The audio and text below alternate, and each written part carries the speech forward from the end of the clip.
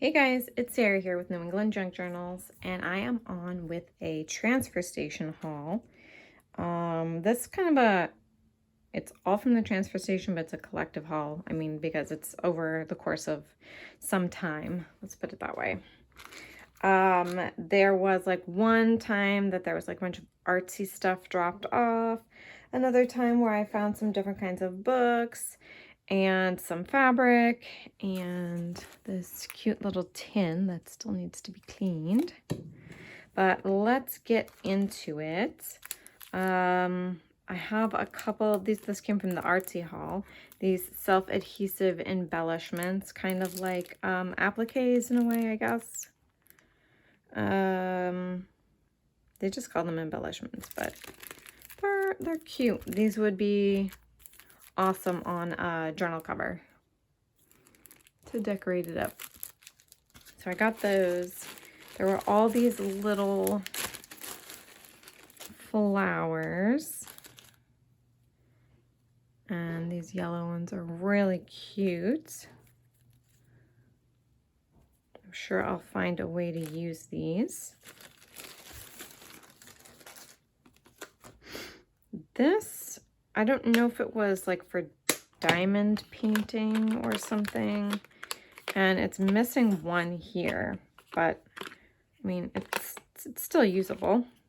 But I thought I do have like some little tiny seed beads and sequins and stuff, and this might be a great way to organize them. So I'll give that a try. Then we had this Robin Hood Flower Favorite Recipe book from the International Milling Company. If I had seen that I had this, I would have put this with my other like cookbook ephemera stuff that I recently hauled. I just kind of, well, this is pretty cool. These are the, the things you'd send in. They're all perforated, but I love the patina on them. They have like little slits in them almost, well, not almost, they do have these little slits, and I wonder what that's for. For each book, I am enclosing 35 cents and the figure of Robin Hood from recipe folder packed in every bag of Robin Hood flour. Oh, so maybe you were supposed to slide them into these and they like held them in place. Oh, that's cool. Rita Martin. From copyright 1957 on this.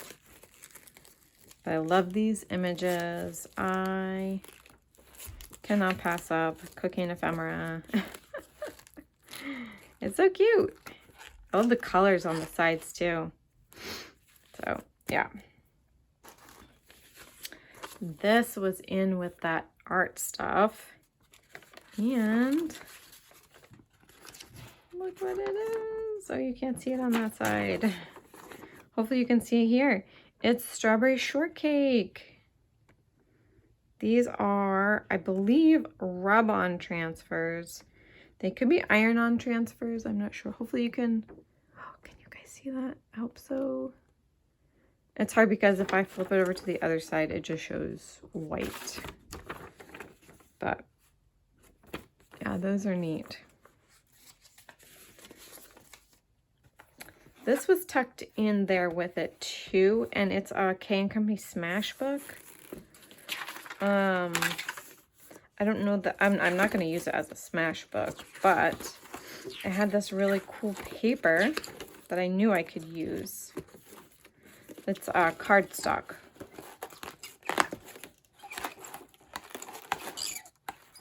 It's squeaky as well. But yeah, very cool. So I'll just, I won't keep the whole thing probably. Well, unless I trim this out and use the cover. That's a possibility. Puddle Wonderful, Poems to Welcome Spring. I got this to put into my collection. I have a spring journal, actually the spring journal that I made last year that I never finished. And I think I'm going to use some of these images in here to create some last minute ephemera to finish off that journal. So I'm excited about that. This is Saracen Congress, the Ladies' Favorite Edition 2. It's actually a cookbook, guys. Ron Saracen, apparently he's the ladies' favorite for Congress. I have no idea. This was in the 50s, I think. So, yeah, I'm not sure. The congressman's favorite dinner. All kinds of interesting recipes. But I really liked the typeset. The typed recipes in here for collaging, mostly. That's why I got that. You Can Make Seaside Treasures. A pinwheel craft book. This reminds me of the Childcraft encyclopedias that we had growing up. All these kind of, the style really reminds me of that. I think it's like 70s probably. And that was the edition that we had of Childcraft. Let me look at the copyright. Maybe, yeah, it's 1971. That's what that reminds me of. Oh, there was this, the Daring Book for Girls. Now, I've seen this other places, but I love the cover. And there's lots of interesting things in here to use. This is really cool, showing you how to press flowers. All different really cool things in here. I'm sure you guys have seen this a million times. What was that? The Girls' Toolbox. That's really neat. Showing them how to visit a hardware store, what tools for what jobs. Making cloth covered books. There's a lot in here that I'm going to look through, and then I will use the book because I think it's gorgeous. This I saw and I had to pick up, the Mickey Mouse Club scrapbook.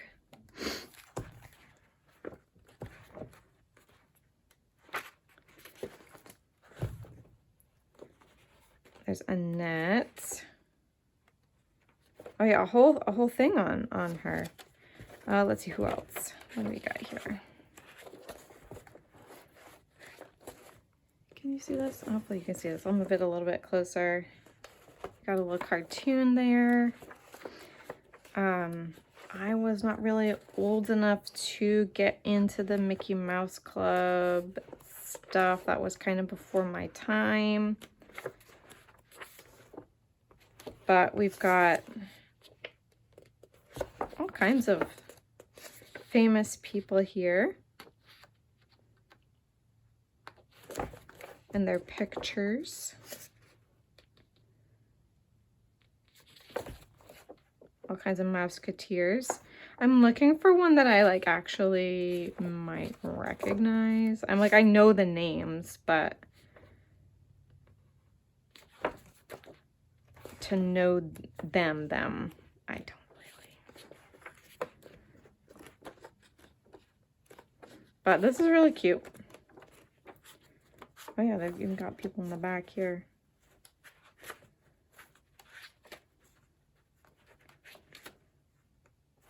Sorry guys, I just should I know these people? I probably should. I don't really though. But yeah, that was cool. I think that's gonna go out in some happy mail. Wonderful World of Aunt Teddy. I had never seen this, but I thought it was really cute. I like the colors. I liked the pink and the green and the style. This is from This is the first printing. Oh, I wonder if this is worth anything. It's not in like super great condition, but 1958. But look how pretty that is. Oh, I love it. We've got the different, like the switching off of the colors on each page. You've got the pink, and then the green, and then the pink again. And she got lots of cats. Oh my goodness. We have to read this book. It looks so fun. Like, this is the kind of book that would have interested me when I was a little kid, you know, picking up picture books to read. That guy's frozen. Wow.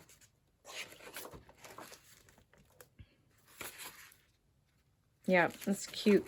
It almost reminds me of the illustrations of like Fancy Nancy. I don't know why. I don't think it is. Illustrated by Hilary Knight. You guys let me know. I don't know who the illustrator is for Fancy Nancy, but that's what it reminds me of. It's really, really cute. I also got this Story of the Titanic cards. Now, this is a Dover Publications. They do a lot of like reproduction stuff. So inside here are all reproduction postcards showing the Titanic, different. You got the captain. You've got pictures here of, what is this? I guess this would be the gymnasium. And then Cafe Parisien. That's right? Cafe Parisien. Something like that. A first class bedroom.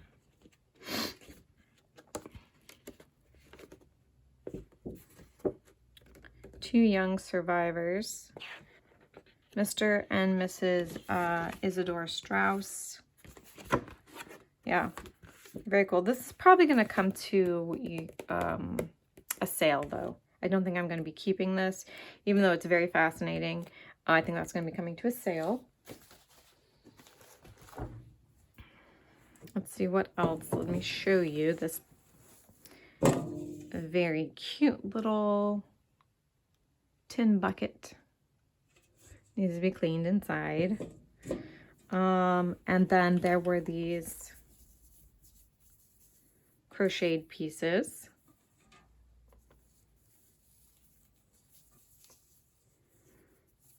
Let's see. I think these are cats on here. I don't know if you'll be able to tell, but I believe they're two little cats crocheted on this.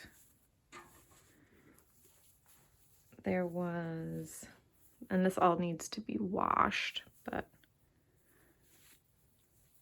some more pretty needlework. And another piece of crochet, very discolored, very aged looking. There was some, now this was with the artsy stuff. These are just squares of muslin, just a whole bunch of muslin squares. So those will be great for like stamping on and things like that. There was a bunch of embossing powder, clear, opalescent, and what was this one? And white embossing powder.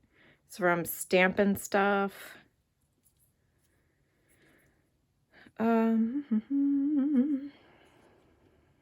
Just as embossing powder. I don't know what the brand is on this one. And this is All Night Media.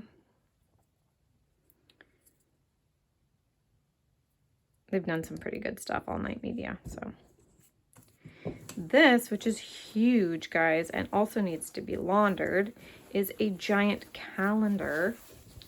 But has the little story here. Once upon a time, there was a little bear who couldn't bear to wait until Christmas, so he decided to look for it. Every day in December, he searched a different spot, and at last, on December 24th, he finally found it. This very Merry Christmas wall hanging with calendar provides a delightful way of counting the days to Christmas.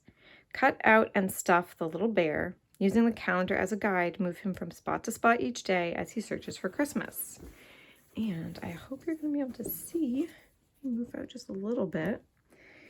There are little Velcro pieces here. So you've got the attic, you've got the little bathtub here, the bathroom, a toy room, a bedroom, and there's like little spots. Each room has different little Velcro spots.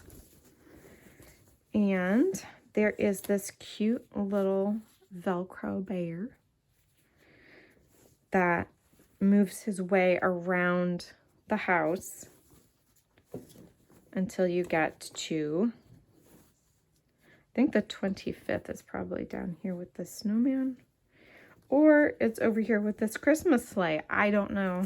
But it's really cute. It just travels around and that, oh, here's the guide. So apparently he goes from the bottom to the top. He looked in the sleigh, he looked around the skating pond, he looked in the mailbox. So I thought this was really, really sweet. I'm going to get it all laundered up and looking nice. And this will probably be available either around July, for Christmas in July, or in December. I do have a whole box of Christmas ephemera, Christmas books, all different things that are going to go on sale closer to December. There was also a couple of inks. Now, I did not test to see how well they worked, so I might do that now. As soon as I find my thank you stamp. Here it is, chasing it. Oh, let me bring you in closer because I kind of moved you out for that. There we go, sorry. This is a red. It's not looking, no, barely.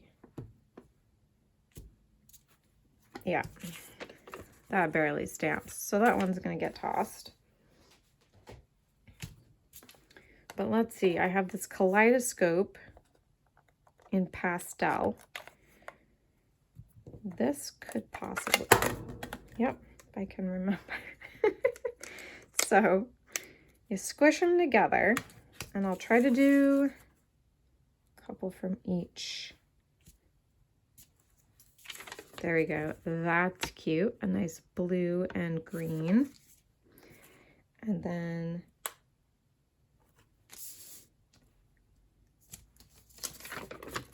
a maroon and purple, or pink and purple. And then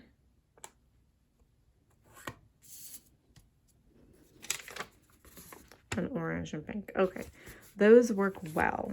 All right, I like that. And so they slide apart to use them individually, or you can push them together to be a gradient. I have one other one like this in my ink collection that came from my friend Lori, who ran the summer-long craft sale a couple years ago.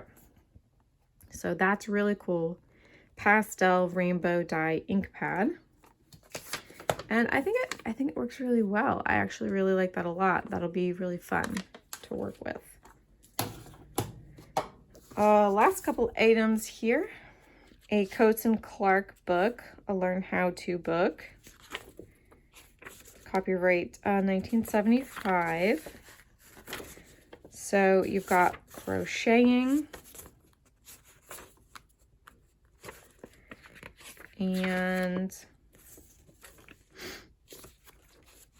I think it's more than just crocheting. Ooh, that piece came right off the middle. Knitting. Advanced steps in knitting. Is there anything else in here? Oh, look, I see stuff.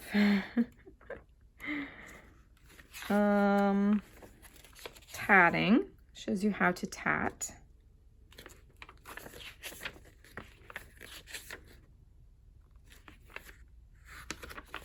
Embroidery.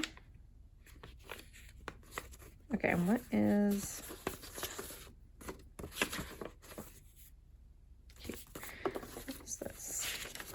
I have a feeling that's probably just a pattern.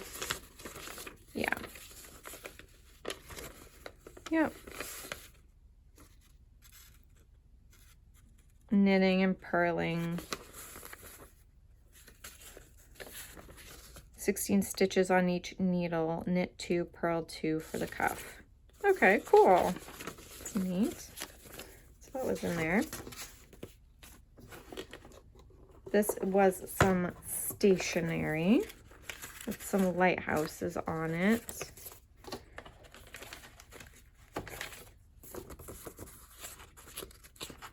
One, two.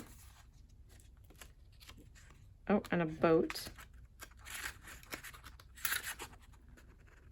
Yep, not a ton in here. And these are all blank envelopes. All right, and then lastly, there was this Galaxy World stamp album, which I wouldn't have really picked up except for the fact that it does still have stamps in it. I have a ton of blank stamp collector pages, but these actually had some stamps. I'm not sure where these stamps came from. They're not like postage, like that's not a postage stamp. But I did see some postage stamps. Like that's a postage stamp. These beautiful Canadian flower stamps.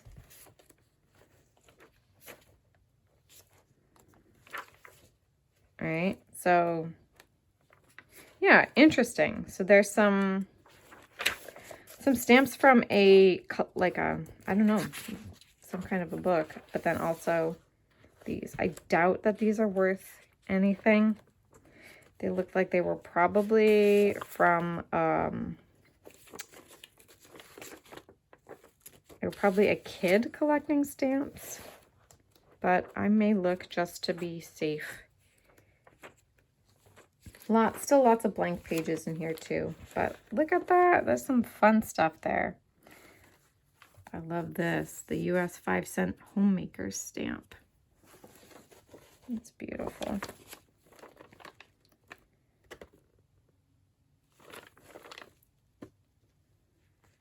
Yeah.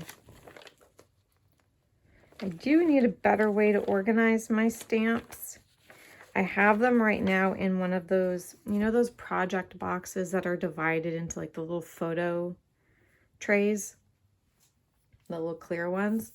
I have them divided up that way right now, but I actually would like to use that system for something else, like for my authentic vintage antique ephemera, because I'm trying to figure out how I'm going to organize those. This year I've been doing a ton of organization and reorganization, and I really need to find a good way to store those things. I was thinking temporarily of using this cardboard box and these empty stationery boxes, but I don't think this system's going to be large enough, or I just don't think it's gonna be good enough. So I may make a video so you guys can watch me try to struggle and figure out a way to organize it. That might be fun. You may get some inspiration from that, who knows. But yeah, I gotta find a way to organize it so that I can see it, that I can know where it is, so that it's close enough that I use it. If I don't see it with my ADHD, if I don't see it, it doesn't exist anymore. So a lot of the systems that I've implemented have things either closer to my desk with very clear labels on them, or they're in clearish containers so that I can see what they are. I did a video recently actually for Carol's Makers Mission Impossible Makers challenge, which was super exciting. But if you've seen that, then you saw that I was unable to find my brads. that I wanted to use because they were somewhere where all I saw was this unlabeled area. And it's like they didn't exist anymore. So, yep, fun stuff. I'm excited, super excited for 2025 for getting organized, better organized, and making my craft room work for me. So, yeah. Once I get it at least mostly done, I definitely want to take you guys on a craft room tour to see how I've improved things and what works for me. So I won't know that until I've used the system for a little while, but it's coming. It's coming. I'm excited. All right. Thank you guys for hanging out with me in this thrifty video. As always, God bless you all, and I will see you in the next video. Bye.